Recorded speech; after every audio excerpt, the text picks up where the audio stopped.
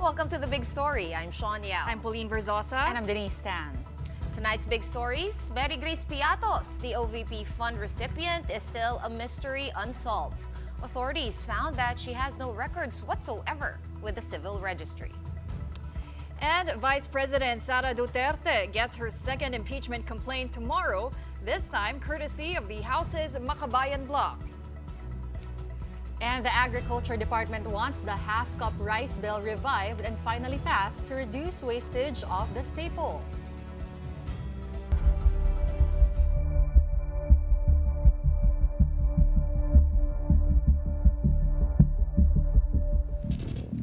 The big story today, the woman that was said to have received millions of taxpayers' money is still nowhere to be found. I am talking about Mary Grace Patos, who is still a mystery, still a phantom, at least according to the PSA, or the Philippine Statistics Authority. Now, the PSA found no existing records of this mystery female, whether it's a certificate of live birth, marriage, or even death. Now, lawmakers believe they were right all along. This personality was created to cover up misuse of confidential funds. The big story tonight from Marian Enriquez. Mary Grace Patos is not a usual name, but it sure rings a bell when talking about the office of the Vice President. She was one of the beneficiaries of the OVP's confidential fund in 2022, based on acknowledgement receipts submitted to the Commission on Audit, and later on scrutinized by the House Committee on Good Government. Since then, lawmakers believed this personality is just a figment of someone's imagination. They even pulled 1 million pesos as reward for any information on Mary Grace Patos. Ultimately, they tapped the Philippine Statistics Authority, and what the PSA found may have just confirmed Congressman's suspicion. There is no Mary Grace Patos in the civil registry system. There is no evidence that she was ever born nor married. The verification for a death certificate also turned out negative. The PSA said it could do a more comprehensive search for Mary Grace, but they would need more information like names of the subject's parents. Recall that OVP Special Disbursing Officer Gina Acosta said she was not aware that a Mary Grace Patos existed, but she did know people in Davao that had Patos for a surname, but spelled with a single T.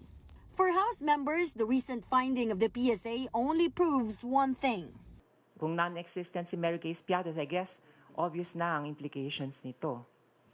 There is fraud and falsification. Ang mga opisyal sa Office of the Vice President, led by no other than Sara Duterte, ay nag-imbento ng mga resibo para madepensahan yung hindi tamang paggamit ng confidential funds. The OVP is yet to address this recent development, but Vice President Sara Duterte earlier said that it's her staff who's in charge of acknowledgement receipts. Still, lawmakers are convinced that the buck stops with Duterte.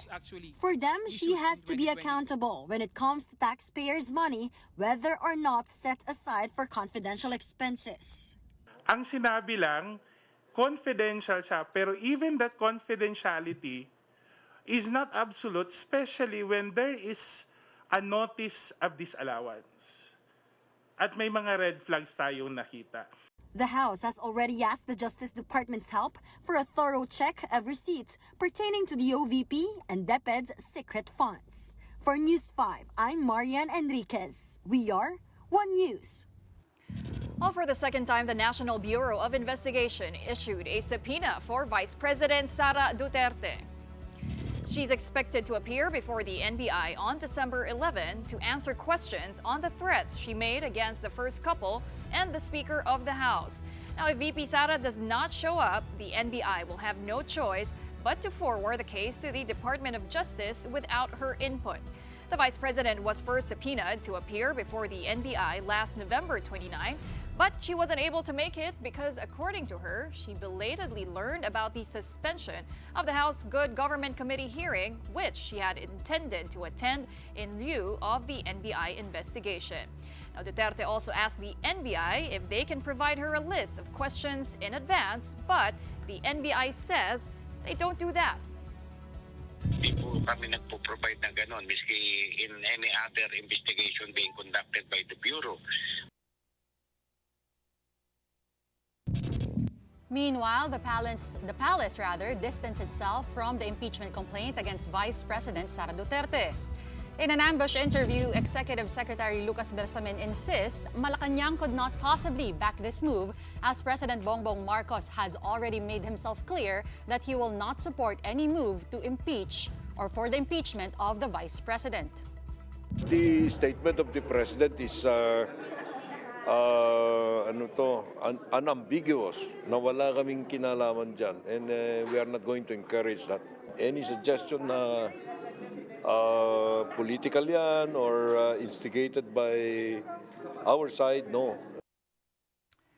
For his part, Senate President Chiz Escudero urged his fellow senators to refrain from commenting about the VP's impeachment. Senators served as impeachment court judges in the event that the lower house approves the complaint.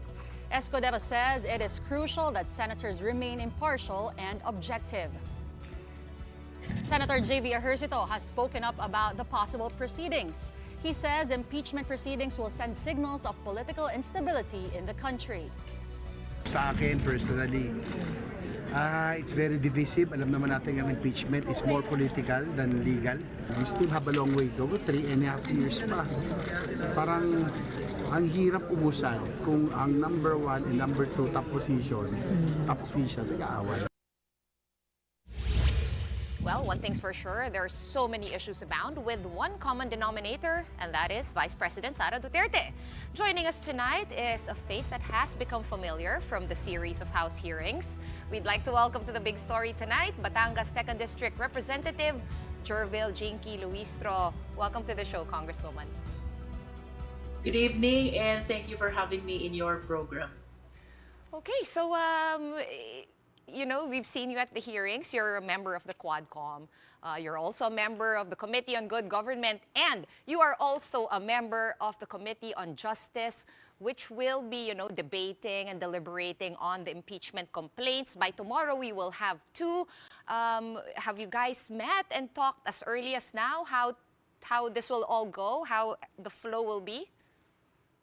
Actually, we have not met yet, but I received a notice from the Committee on Justice that will be having a hearing tomorrow, but I have yet to inquire what will be the agenda, whether it will be about the impeachment complaint, which was filed the other day, or should it pertain to the bills which both committees, the Blue Ribbon and the Quad, have filed already in relation to the ongoing investigations.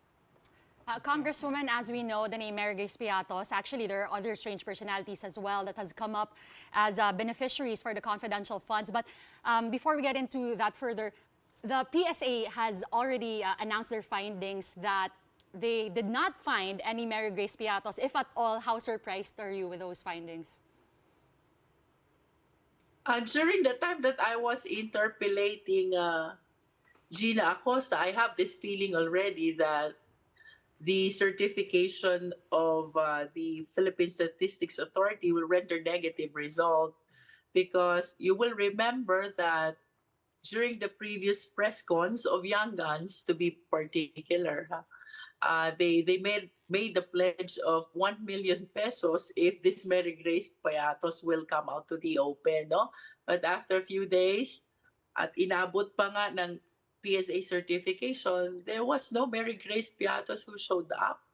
So I have that feeling already na wala talagang Mary Grace Patos, and this certification only proves na talagang fictitious ang personality ni Mary Grace Patos, and it gives more question to the utilization fund. Sorry, Congresswoman. Understand, You're coming in a bit short. Din namin on the 4,000 crucial fund. How many names actually appear in the database? Okay. How do you think the non-existence of Mary Grace Patos, at least from the first search, no, of the PSA, how will this what are the implications on the next Quadcom hearing? And do we have any idea when the next Quadcom hearing will be? That would be the 13th.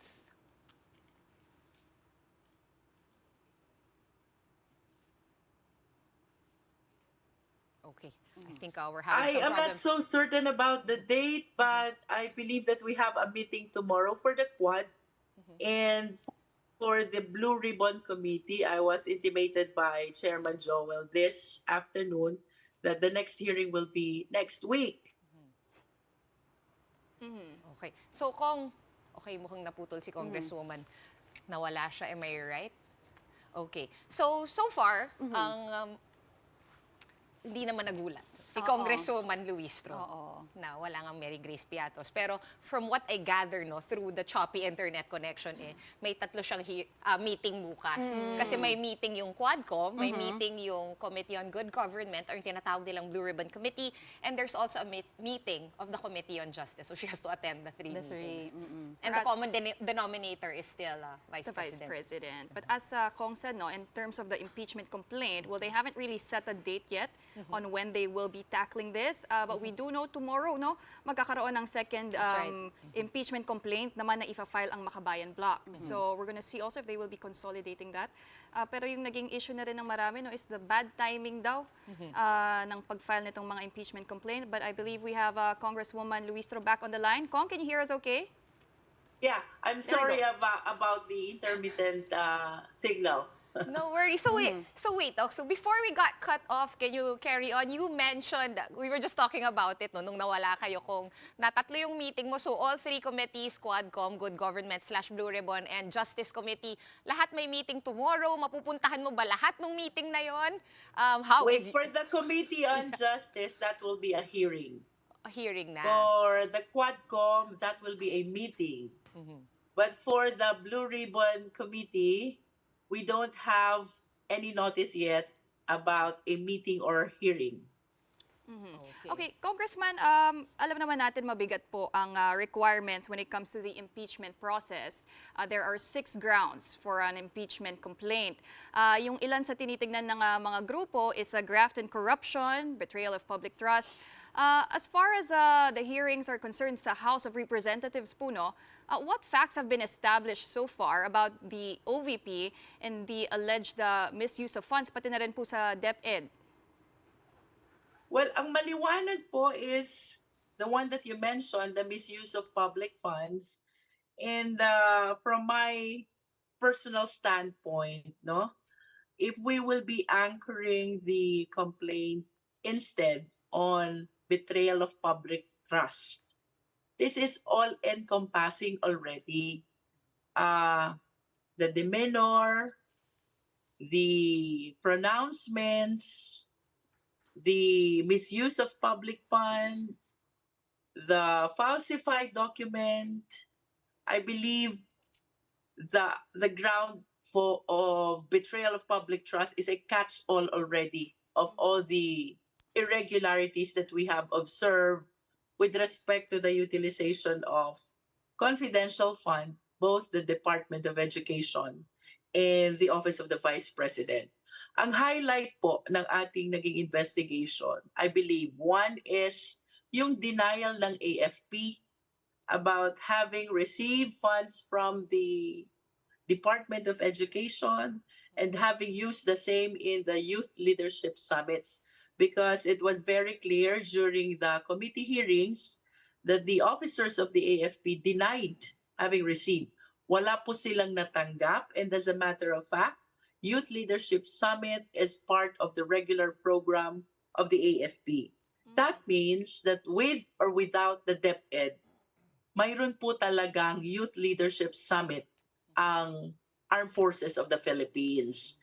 And the second, of course, ay ito pong ating observation about more than 700 acknowledgement receipts, walang printed name, so you cannot identify actually the recipients. We also have 300 plus acknowledgement receipts, my signature, my printed name, however, both are unreadable. And then there are receipts which were doubly used, meaning nag-appear siya sa confidential fund ng OVP, at the same time nag-appear din siya sa confidential na fund ng DepEd, And of course, itong naging naka-capture ng attention of the so many Filipino people, the name Mary Grace Patos, Kokoy Villamin, And with respect to Mary Grace Patos, nagkaroon na ng certification ng PSA that it is not existing either in the birth, in the marriage, or in the death records of their office. Okay. Kong, no matter when we debate no form and substance, I think before we even get to that, yung timing, a lot of people are saying no na medyo tricky yung timing, no less than some of your colleagues over at the House citing Christmas break, 9 session days left, o baka by now 8 na lang natira kasi kahapon pa yon. And then, of course, mag-e-election din. So, pag binilang natin, we need the 10 days, then the 60 days. Medyo marami pong days yon. However, no, on the other hand, sabi naman ng aming resident political pundit na si Ronald Llamas dito, na pag ginawa daw ito or dinefer until after midterms, it will be an uphill battle. Mas malabo na raw, kumbaga. Whereas kung ngayon, kumbaga kahit uphill siya, ay may chance pa ito mag-prosper. But we also know by now na kung hindi po natuloy, di ba, magkakaroon po siya ng immunity for 1 year. So, with regard to the timing, what are your thoughts on that? Kaya ba or hindi? Well, it is an acknowledged fact that the members of the House are always challenged with respect to time, no? Kasi ang trabaho po ng mga members ng House ay hindi lang po sa Kongreso. We have an equally important job in our respective districts, no? But considering the number of days that is provided under the rules, 10 days to refer it to the committee, 10 days to include it in the order of business, and 3 days to refer it to the committee. Kung gustuhin, I believe kaya amid all the challenges, no? At syempre po, if the leadership or the committee decides to take up of this impeachment complaint in spite of the limitations of time and the other activities confronting the members of the House, ang alam ko naman po, ang ating mga congressmen are always ready to assume their task as members of the 19th Congress of the Philippines, no?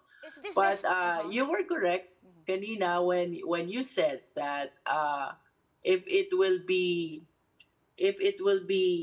done after a year, magkakaroon po tayo ng we will be suffering from the limitation provided under the law that there should be one impeachment complaint against one person only per year. Okay, but the palace has also already kind of washed its hands of this whole thing. The president admitted, no, yung text message, we all know that by now. Earlier today, E.S. Bersamin said hindi talaga, sinabi na nga daw ng palace na wala silang kinalaman sa impeachment moves. And then we're still facing two. What are the chances, no, na maituloy ito kahit na, kumbaga, hindi na siya sanctioned ng Malacanang? Actually, this is our constitutional duty to really accept and take up the impeachment complaints, no? We respect the opinion of the president. He rejects the filing of the idea of filing an impeachment complaint because according to him, hindi ito nakakatulong sa sambayan ng Pilipino. We respect that. Kaya lang we cannot stop or bar anyone from filing impeachment complaints. Kamukha po nito sa Akbayan as represented by former Senator Laila de Lima. And you were saying also na magkakaroon din ang Makabayan, although I haven't heard of that, no? We cannot stop them from actually filing this complaint. And for us, Congress, it is our constitutional duty to take it up, no? Ang hindi ko lang po maklaro ngayon ay given the number of session days, ay what will be the position of the leadership and the Committee on Justice because we haven't met yet kung paano ba namin i-manage itong filing ng impeachment complaint considering the seeming limited time that is remaining already, ma'am. So just to make it clear, Congresswoman Luistro, there has been no guidance from the House leadership, from the Speaker, kung, you know, how to treat this or what to do with all the impeachment complaints. No guidance yet.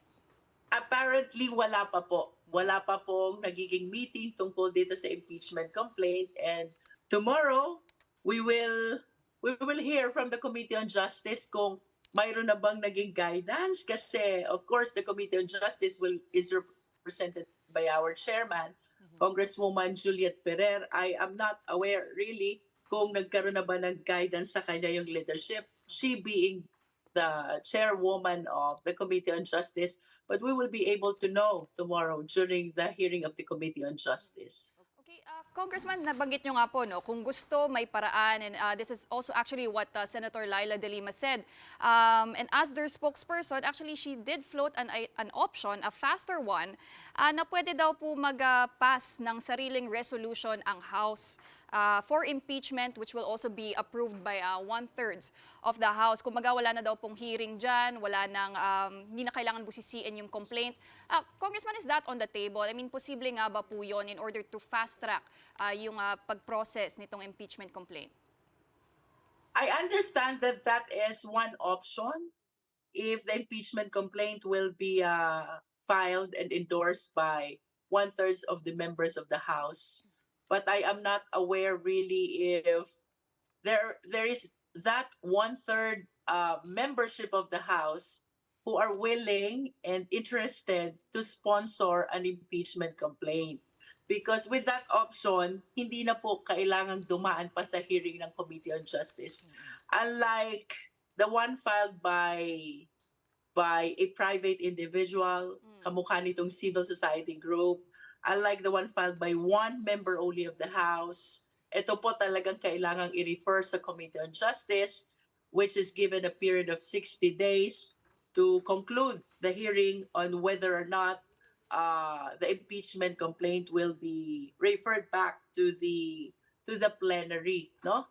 Pero if we really want to shorten the process, tama po si Senator Laila de Lima. One available option is if there is 1/3 member of the House who are willing to sponsor or file the impeachment complaint. And if we were to take the quote-unquote shortcut version, Congressman Luistro, do you think we have the numbers for that? I cannot comment about that, no? We are a collegial body. I'm just one of the 300 plus members of the House of Representatives. I'm just one of the several members of the Committee on Justice. Kaya we will see after perhaps a meeting is conducted about this impeachment complaint. All right.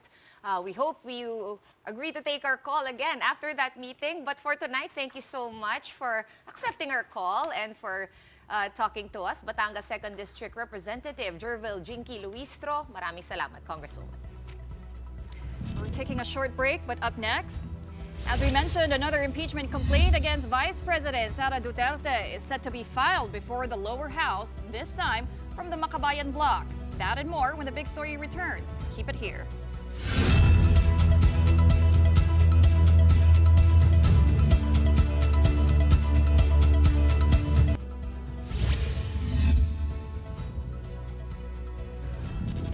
Welcome back. You're still watching The Big Story here on One News. Vice President Sara Duterte has one more impeachment complaint coming. The second one is set to be filed by the Bagong Alyansang Makabayan tomorrow, December 4. According to the bloc, 50 signatories are filing the complaint based off questions surrounding VP Sara's spending of the OVP and DepEd's funds. Congressman Raul Manuel of the Kabataan Party List further explains that from her first half year in office, the Vice President already committed red flags when she spent 125 million pesos of confidential funds in just 11 days. That alone, he says, is enough to be deemed impeachable. Hindi forever dapat na untouchable yung mga opisyal. May hangganan dun sa kanilang impunity. So naupo siya, gumawa ng mali. Kung hindi naman na dapat pang magtagal, di dapat nang matanggal. Let's discuss that second or impending impeachment complaint further. We have with us Bayan's Secretary General Mong Palatino. He joins us now over Zoom. Hi Mong, kamusta? Magandang gabi po sa ating mga kababayan, saka sa inyo po. Okay, so we've been hearing bayan, no? Mentioning impeachment since September. What made you decide with finality na bukas na talaga, December 4, Wednesday, that will be the day? We can confirm po na we are ready to file tomorrow. We have more than 50 complainants who will file the impeachment complaint. Ang gusto po natin kasi handa tayo. Kaya we do not want to file an impeachment complaint with weak basis, with weak evidence. And then in the past few weeks, many groups, many people expressed their interest to be part of the impeachment process. Ang mahalaga sa impeachment po sa pag-file tomorrow, kailangan present tomorrow sa filing. Kaya yan po ang ating inaayos. Okay, Mong, nakita nyo naman siguro yung nauna na, no? Kahapon yung first impeachment complaint na sponsor ng Akbayan. Nakita namin na 5 out of 6 grounds for impeachment were mentioned. Yung treason na lang yung wala. There were 24 articles in there. Is your impeachment complaint going to be that meaty or should we wait until tomorrow? No spoilers ba? Bukas na lang po yung detalye. Pero basically sa grounds po natin, we focus doon sa anomalous use of confidential funds. Tulad po nung mga narinig natin, nakita natin ng mga nakaraang linggo. Ang nangyari po kasi when we announced the filing of an impeachment complaint last September, marami pang bagong ebidensyang lumabas during the congressional hearings. So we have to include this new information. So ito yung dahilan kung bakit bukas tayo makakapag-file. At naniniwala tayo na if the only legislators will review the complaint, the impeachment complaint will have sufficient form and substance at may sapat na basis para ma-impeach ang Vice President. Okay, so merong form and substance pero yung timing, no? Everybody has been talking about the possible ill-timed daw yung nauna na, and that was December 2. If you're filing 2 days later, hindi ba considered possibly a little bit more ill-timed pa yun? O ano yung thought process niyo? Why now? Why not wait until next year or after the midterms? We believe it is always timely to pursue accountability and justice. I remember when I was a student leader in 2000, we also filed an impeachment complaint against former President Joseph Estrada.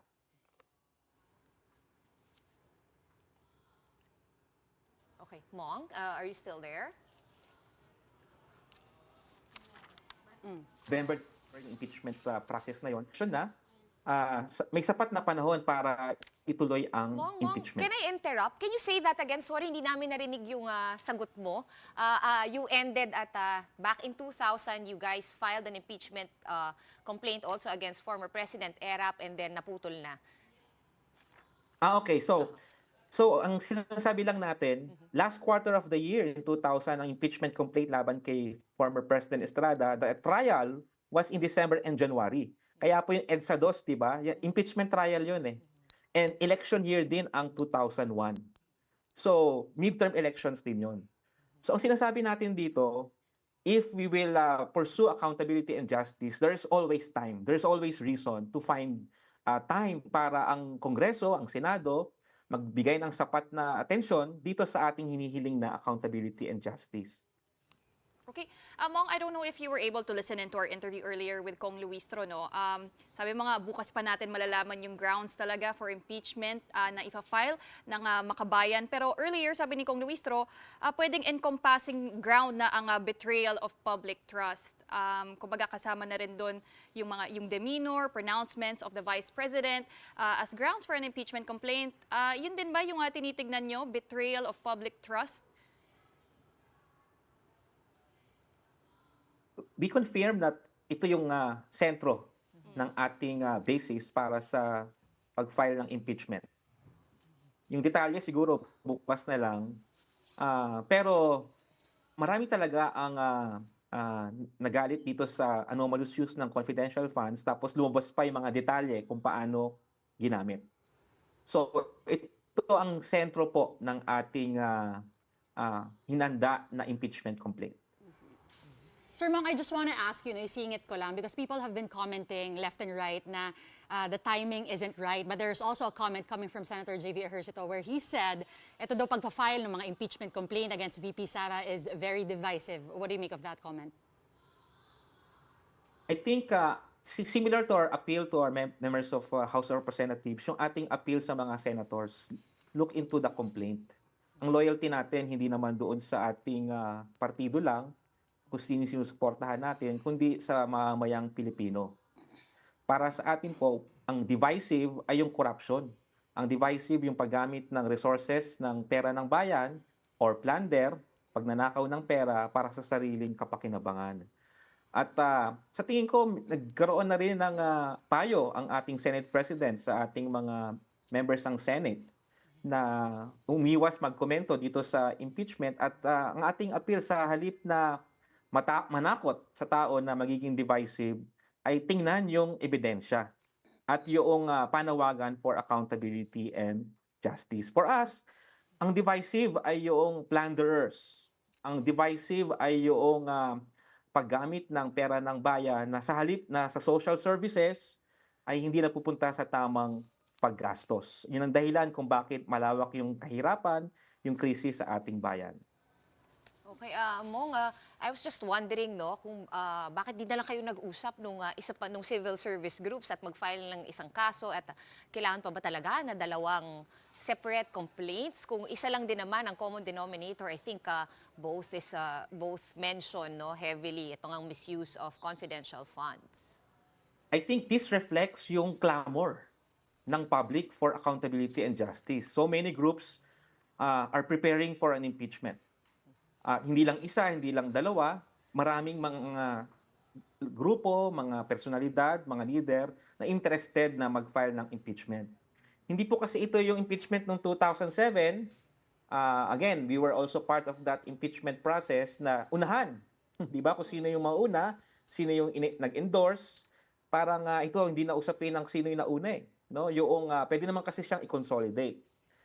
Pero at the same time, yung nag-file hapon, yung mag-file bukas, it reflects yung clamor na sa iba't ibang mga puwersa ng politika sa ating bayan, may nakuwang sapat na ebidensya, enough evidence to file an impeachment.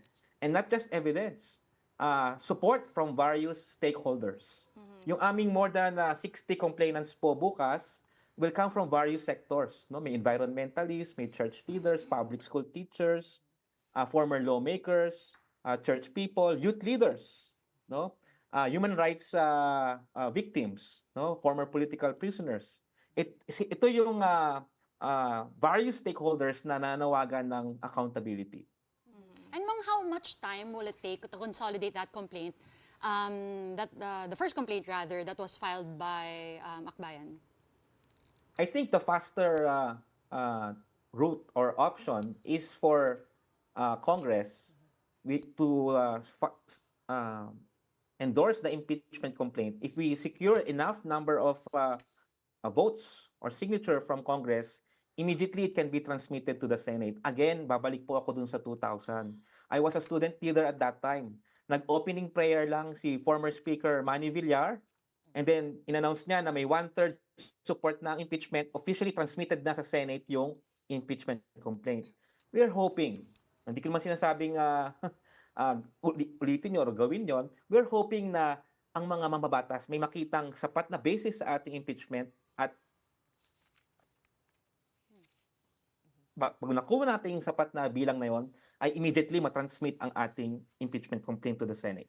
Hindi ba kayo na dahil nagsalita na nga si Presidente Marcos, ang sabi nga niya I'm sure you didn't miss that this is a storm in the teacup, maliit na bagay ito, hindi ito makakatulong sa everyday lives or everyday hardships that Filipinos face. Are you still confident that this will prosper? Sa totoo lang po, hindi nag-factor in yung statement o yung preference o sentiment ni President Marcos. Dahil September pa tayo naghahanda eh. At wala namang kinalaman siya dito sa ating hinahandang impeachment complaint. Pero paalala din sa kanya yan. Kasi hindi lang naman si VP Sara ang may confidential funds. In fact, mas malaki ang kanyang confidential funds. Sa 2025 budget, nanatili ang kanyang confidential funds.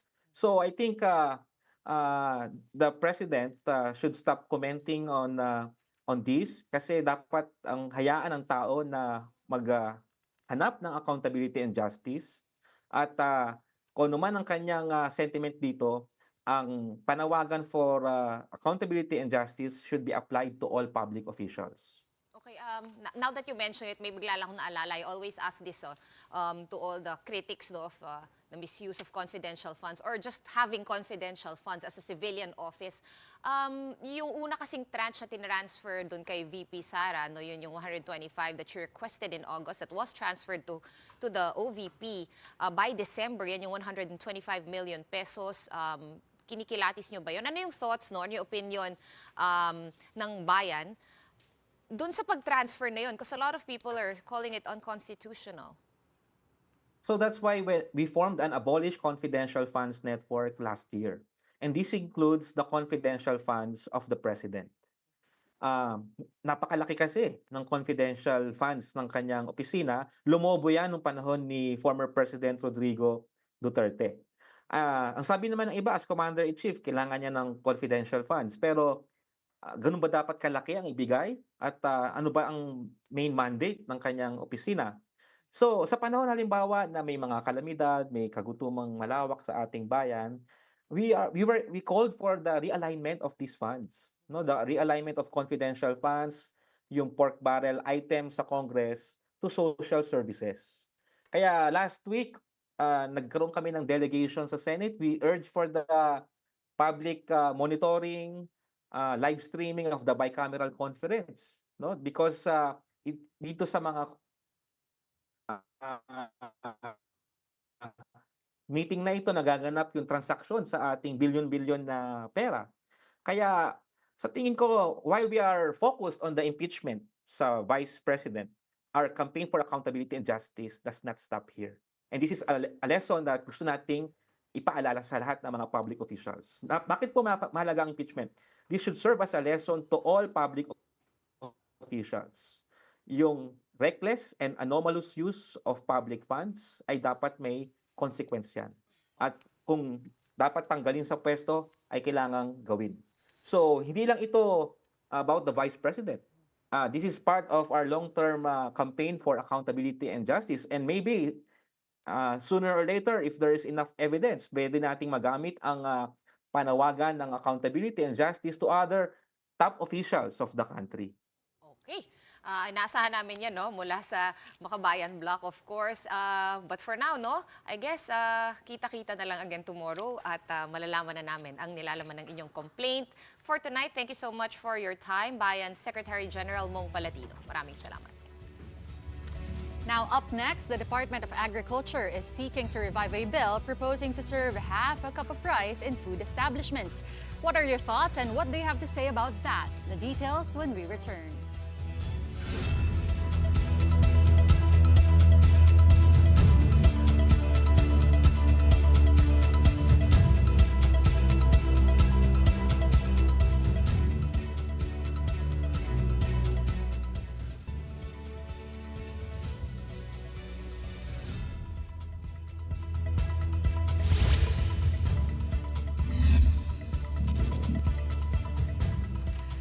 Okay guys, honestly, this is not a judgmental question at all, but how much rice do you consume in one meal?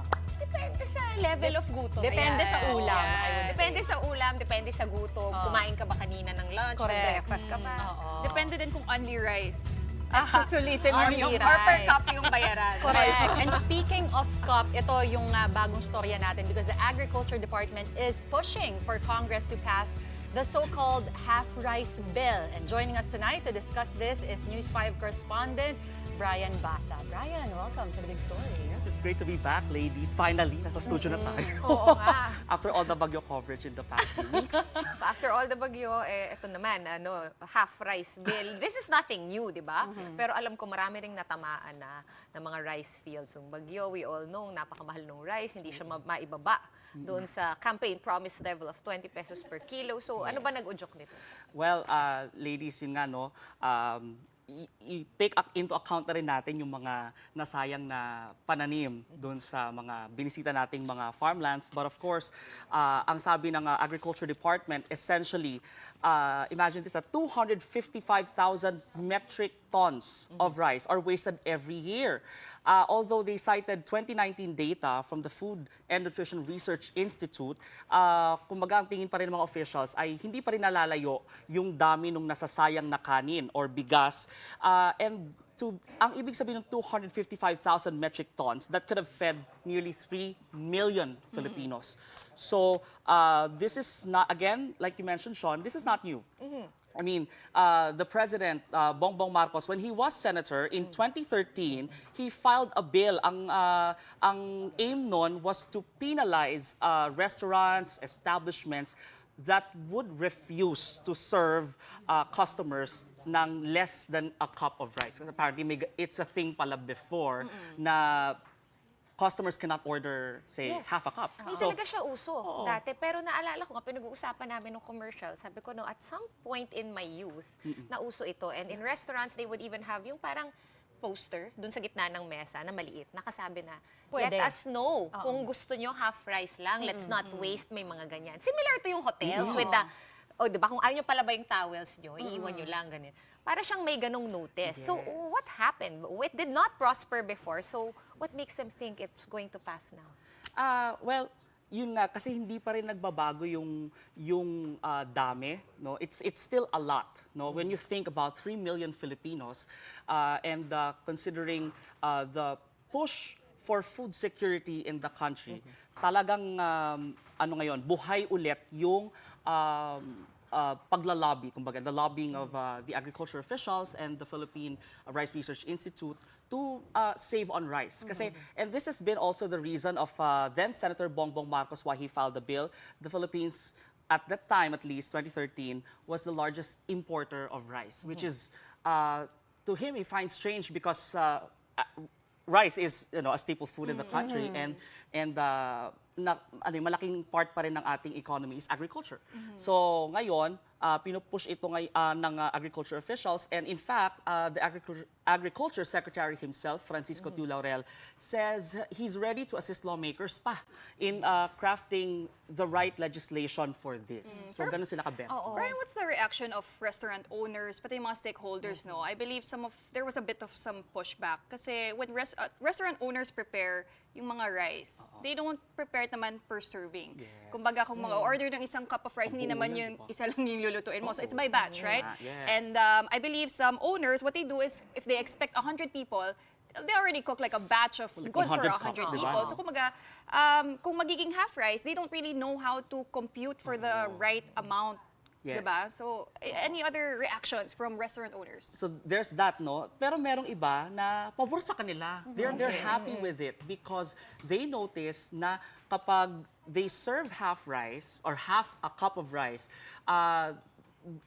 mas madaling maglinis ng plates. That's true. Which is short, walang natitira. Kapag nag-offer ka ng half, mas malaking chance na malinis yung plato. No, because usually it's the second order. Yung second cup. So, kumbaga, 1.5 ka lang talaga. 1.5 lang talaga. Pero na-order mo 2 dahil walang 0.5 Correct. option. Ngayon, yung sa 1.5 na yan, yung para because the price might be an issue, di ba? Parang, I'll buy half a cup of rice for the same price, no? Yes. In fairness naman, sa mga ilang nakausap natin, they already sell half a cup of rice for half the price talaga. Okay. So they really make sure that what people are buying is commensurate to what they're consuming.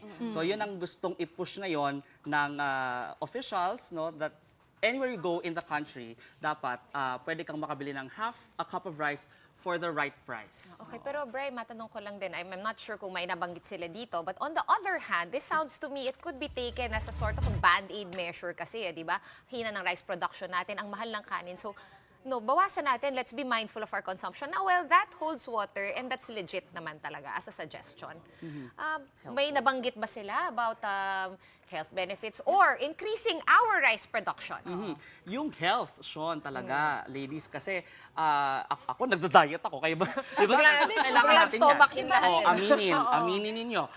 Because it helps reduce daw, risks of obesity, Diabetes. which kasama yung diabetes sa top causes of death in the That's right. country pa. So, yun yung isang main anchor on as to why they are pushing for this measure. Okay.